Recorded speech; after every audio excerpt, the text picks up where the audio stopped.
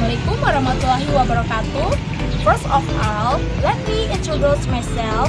My name is Kadek Yuni Pancali.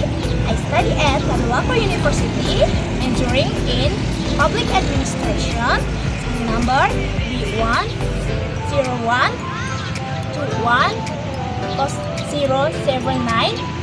I come from Toli-Toli, Central Sulawesi Province. Here I will explain the material about consumption and investment in Indonesia. Definisi, teori, dan faktor-faktor yang mempengaruhi konsumsi di Indonesia. Jadi, konsumsi merupakan suatu kegiatan yang dilakukan oleh manusia dengan menggunakan serta mengurangi daya guna suatu barang maupun jasa dengan tujuan untuk memenuhi kebutuhan hidup serta kepunahan manusia baik secara perlahan ataupun sekaligus. Nah, adapun teori konsumsi Keynes berasumsi bahwa rumah tangga akan meningkatkan konsumsinya jika pendapatannya meningkat. Adapun faktor-faktor yang mempengaruhi konsumsi di Indonesia yaitu ada tiga faktor. Yang pertama, faktor-faktor ekonomi yang berupa pendapatan rumah tangga, kekayaan rumah tangga, jumlah barang-barang konsumsi dalam masyarakat. Yang kedua, faktor-faktor demografi yang berupa jumlah penduduk, komposisi penduduk. Yang ketiga, faktor-faktor non-ekonomi yang paling berpengaruh terhadap besarnya konsumsi adalah faktor sosial budaya. Masyarakat contohnya saja, perubahan pola kebiasaan makan, perubahan etika, dan lain-lain. Selanjutnya, perbedaan pola konsumsi pangan dan non-pangan masyarakat pedesaan dan perkotaan di Indonesia. Perbedaan pola konsumsi pangan di perkotaan dan di pedesaan bisa dilihat dari indikator analisis menggunakan analisis kualitatif, statistik, deskriptif. Hasil penelitian menunjukkan bahwa 1. Tingkat pengetahuan yang dimiliki tentang disverifikasi masyarakat pokok pada masyarakat perkotaan lebih tinggi daripada masyarakat pedesaan. Yang kedua, masyarakat perkotaan dan pedesaan sama-sama memiliki sikap positif terhadap disverifikasi pangan pokok. Yang ketiga, masyarakat pedesaan sudah menerapkan disverifikasi pangan pokok, namun motivasinya masih kurang bersifat ekstrinsik. Yang keempat, masyarakat perkotaan belum siap menerima disverifikasi pangan pokok secara total. Yang kelima, terdapat perbedaan jenis pangan pokok non-beras yang dipilih antara masyarakat pedesaan dan masyarakat perkotaan. Masyarakat pedesaan lebih memilih ketela atau umbi-umbian, sedangkan masyarakat perkotaan lebih memilih olahan berbasis gandum.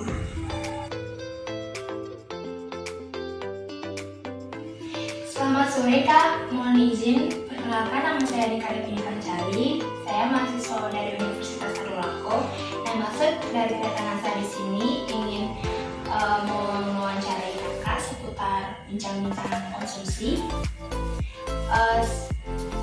Mohon izin juga, bisa Kakak perkenalkan namanya?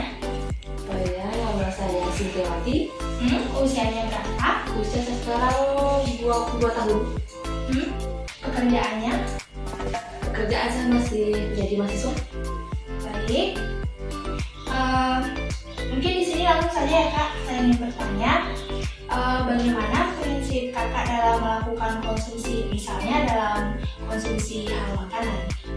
Konsumsi dalam menunjang makanan. Oke, di sini saya sendiri memilih untuk makanan sehat karena menurut saya kalau saya makan sehat itu tubuh saya akan sehat juga. Otomatis kalau saya beraktivitas bisa menjadi tambah sehat, kuat. Oh iya. Lanjut. Kira-kira berapa uang yang Kakak pakai dalam sehari makan? Pengeluaran dalam sehari makan itu saya kira-kirakan sekitar 15 sampai 30 ribu tergantung apakah saya memasak atau saya makan di luar. Oh iya. Bagaimana pilihan Kakak dalam konsumsi terutama saat ingin membeli pakaian dan makeup? Konsumsi dalam hal pakaian ya. Kalau pakaian saya sendiri lebih sering memilih pakaian yang nyaman untuk saya pakai. Seperti pakaian yang berbahan kaos, tidak menerong serta tidak tipis. Untuk makeup sendiri, saya kurang begitu sering menggunakan makeup. Saya hanya menggunakan makeup ketika saya keluar rumah, seperti ke kampus, ke tempat ibadah, atau jalan-jalan. Kalau di rumah sendiri, saya hanya menggunakan handphone saja. Oh, berarti simpel ya Pak? Oh ya, penerusan lebih simpel. Kalau keluar rumah nggak pakai makeup. Oke. Selanjutnya, berapa pengeluaran kakak yang keluarkan dalam sebulan untuk keperluan make up dan pakaian? Pengeluaran pakaian. Kalau pengeluaran pakaian saya kurang cukup yakin karena dalam sebulan itu saya belum tentu untuk membeli pakaian ya, kecuali kalau ada acara penting baru saya membeli pakaian. Kalau untuk makeup sendiri biasanya saya menghabiskan uang dalam sebulan itu 100 sampai 150 ribu. Kalau itu pun kalau makeup saya habis ya dalam sebulan, kalau tidak biasanya saya belanja makeup 2 bulan sekali. Intinya kalau sudah habis ya make upnya Kak? Iya, kalau makeupnya habis baru saya belanja, kadang-kadang seperti itu. Ya. Kalau boleh tahu di mana kakak biasanya berbelanja? Belanja pakaian ya. Kalau belanja pakaian saya biasanya belanja di sekitaran rumah saya yang dekat-dekat. Terus kalau belanja makeup juga seperti itu, saya biasanya belanja dekat-dekat rumah. Kalau belanja saya warung-warung dekat sini juga. Sesekali saya juga belanja di supermarket untuk keperluan atau kebutuhan sehari-hari seperti itu. Bagaimana prinsip kakak dalam hal komunikasi dan informasi? Komunikasi dan informasi, saya biasanya menggunakan HP Android atau laptop untuk keperluan belajar ke kampus atau sekedar mencari informasi tentang apa yang terjadi saat ini.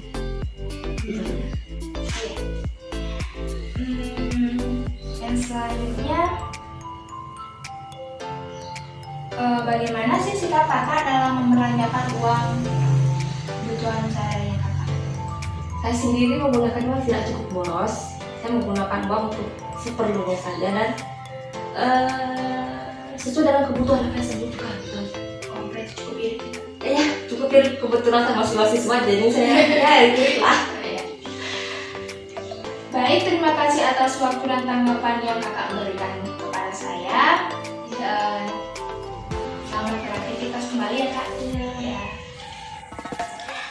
Selanjutnya saya akan menjelaskan materi arti investasi dan faktor-faktor yang mempengaruhi ketimpangannya serta dampak ketimpangan investasi di Indonesia.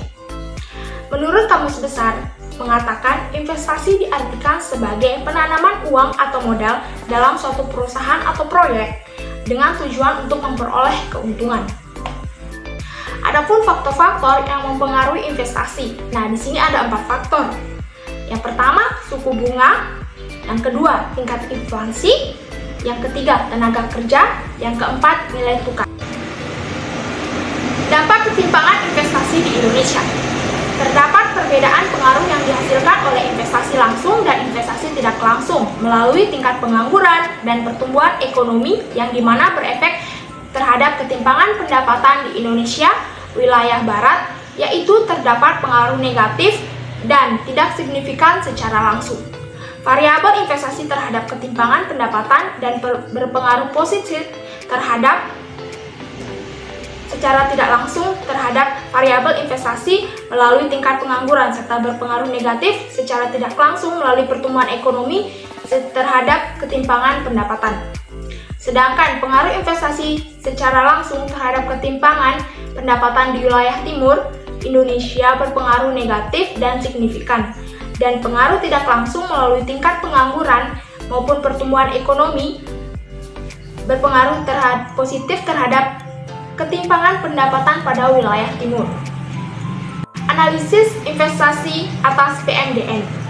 Penanaman modal dalam negeri atau PMDN adalah kegiatan penanam modal untuk melakukan usaha di wilayah Republik Indonesia yang dilakukan oleh penanaman modal negeri dengan menggunakan modal dalam negeri. Berdasarkan hasil estimasi bahwa variabel suku bunga kredit tidak memiliki pengaruh yang signifikan secara statistik terhadap investasi PMDN di Indonesia. Sedangkan variabel pendapatan berpengaruh positif dan signifikan terhadap investasi PMDN di Indonesia selama periode penelitian. Kenaikan pendapatan nasional akan mengakibatkan peningkatan nilai investasi, sebaliknya penurunan pendapatan nasional akan mengakibatkan penurunan nilai investasi di Indonesia. Penanaman modal asing atau PMA merupakan aliran arus modal yang berasal dari luar negeri melalui yang mengalir ke sektor swasta yang melalui investasi langsung maupun investasi tidak langsung yang berbentuk portofolio.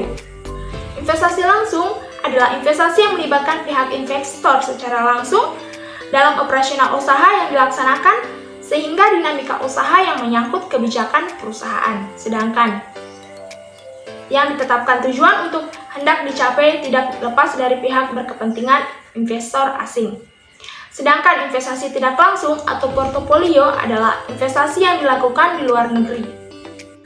Jenis konsumsi dan investasi terbesar di Indonesia. Yang pertama, jenis konsumsi terbesar di Indonesia. Peran beras sebagai makanan pokok di Indonesia sampai saat ini sulit disubstitusikan dengan jenis makanan pokok lainnya. Tidak heran di masa ini, rasio konsumsi Indonesia jika dibandingkan dengan jumlah penduduk terus mengalami peningkatan, sehingga konsumsi beras di Indonesia adalah konsumsi terbesar di dunia. Yang kedua, jenis investasi terbesar di Indonesia. Ada beberapa hal yang mendasar seseorang dalam mengambil keputusan investasi. Pertama adalah return, yang merupakan alasan utama yang membuat seseorang berinvestasi. Kedua, risk atau risiko. Ketiga adalah hubungan antara return dan risiko. Dua alternatif jenis investasi, yakni akun bank dan aset real. Saat ini berinvestasi di akun bank sangatlah mudah dan prosesnya cepat. Sama halnya pada aset real. Jenis investasi ini sudah dikenal dan dianggap profitable oleh semua lapisan masyarakat. Oleh sebab itu, ketika masyarakat yang akan berinvestasi pada aset real tidak memerlukan proses yang rumit.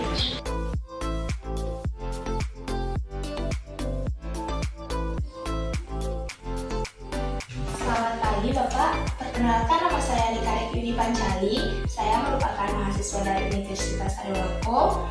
Yang maksud tujuan saya datang kemari untuk bertanya seputar investasi kepada Bapak. Mohon izin Bapak untuk memperkenalkan dirinya. Nama Bapak siapa? Baik, nama saya Kudus Raya. Ya. Boleh tahu usianya berapa? Usia saya 24 tahun. Pekerjaannya? Kerjaan pegawai negeri sipil di instansi Kementerian Hukum dan HAM Sulawesi Tengah. Baik.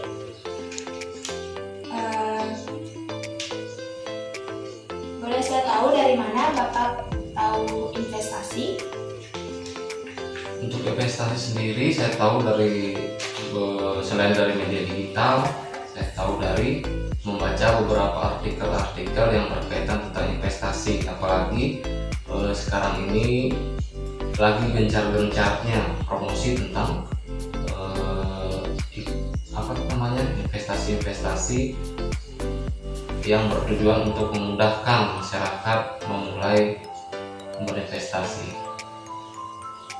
Kalau boleh tahu, investasi apa saja yang sudah Bapak lakukan? Kalau sekarang karena masih belajar juga mengenal investasi, jadi ada sedikit di reksadana, ada sedikit di saham, dan mulai mempelajari tentang peer-to-peer lending. Apa sih yang Bapak ketahui tentang investasi? Yang saya ketahui tentang investasi, menurut saya itu suatu kegiatan menanamkan modal kita. Modal ini dalam bentuk uang menurut saya pada satu atau beberapa instrumen investasi dengan tujuan profit oriented atau mendapatkan keuntungan. Menurut Bapak, apa saja yang menjadi pertimbangan Bapak dalam mengambil suatu keputusan investasi? Ya, selain untuk mendapatkan keuntungan, hal yang perlu dipertimbangkan juga legalitas dari investasi tersebut, karena legalitas tersebut berkaitan dengan keamanan. Jadi jika sudah terbukti legalitas dari suatu penyedia atau dari investasi yang kita lakukan, maka kita berinvestasi akan tenang kita melakukan investasi tanpa memikirkan dan tanpa harus was-was ke dalam hati. Baik, adakah hambatan yang Bapak alami saat mengambil investasi? Hambatan tentu saja ada, yaitu sebelum melakukan investasi kita harus mengenal betul apa sebenarnya yang kita investasikan. Misalnya kita berinvestasi di reksadana, kita harus mengenal reksadana ini. Misalnya kita harus bandingkan dulu dengan reksadana A dengan B, kita bandingkan apakah aman tidak, atau mana yang lebih menguntungkan, misalnya A atau B. Terus dari segi keamanan, mana lebih aman A atau B. Legalitas juga penting. Itu saja. Yang jelas kita harus mengenal apa yang kita investasikan dalam reksadana tersebut. Kalau boleh tahu, bagaimana tanggapan Bapak terkait kasus bodong atau penipuan investasi yang baru-baru saja tergempar terjadi di belakangan ini? Ya, berkaitan dengan investasi bodong dalam tanda kutip, itu merupakan tindakan dari oknum yang tidak bertanggung jawab, yang memanfaatkan situasi saat ini, yaitu lagi gencar-gencarnya pemerintah atau institusi tertentu menawarkan kemudahan investasi. Jadi menurut saya perlu pengetahuan dari si investor itu sendiri atau calon investor untuk lebih mengetahui tentang apa sih sebenarnya atau apa yang diberikan oleh penyedia jasa investasi tersebut. Jadi kita harus lebih mengenal legalitasnya, legal nggak dia di Indonesia, diawasi OJK tidak, diawasi Bapepti tidak. Jadi kita harus cari tahu dulu. Jika sudah kita tahu bahwa penyedia layanan tersebut sudah diawasi OJK, sudah diawasi Bapepti, nah kita baru yakin untuk melakukan investasi. Jangan mudah tergiur dengan keuntungan yang besar, profit yang cepat. Itu jangan. Kita harus memikirkan matang-matang sebelum kita memutuskan melakukan investasi. Baik, apakah Anda merasa khawatir akan hal itu? Khawatir tentunya iya, tapi untuk mengatasi rasa khawatir itu, saya tentunya selalu mencari informasi yang berkaitan tentang cara-cara kita cara-cara kita untuk lebih mengenal ciri-ciri antara investasi yang memang aman, yang terawasi, dan investasi bodong. Jadi saya pribadi pertama kali yang saya lakukan yaitu mencari hal-hal yang membedakan antara kedua investasi tersebut. Baik, Bapak. Terima kasih atas waktu dan tanggapan yang telah Bapak berikan. Terima kasih dan selamat beraktivitas.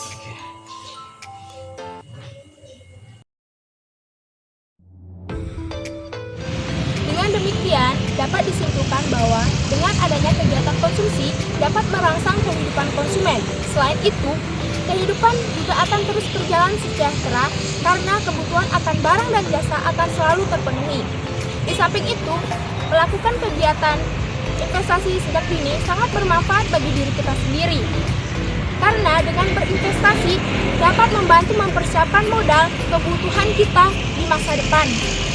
Thank you for attention. I hope this material is useful for all of us and can be a reference for the next material.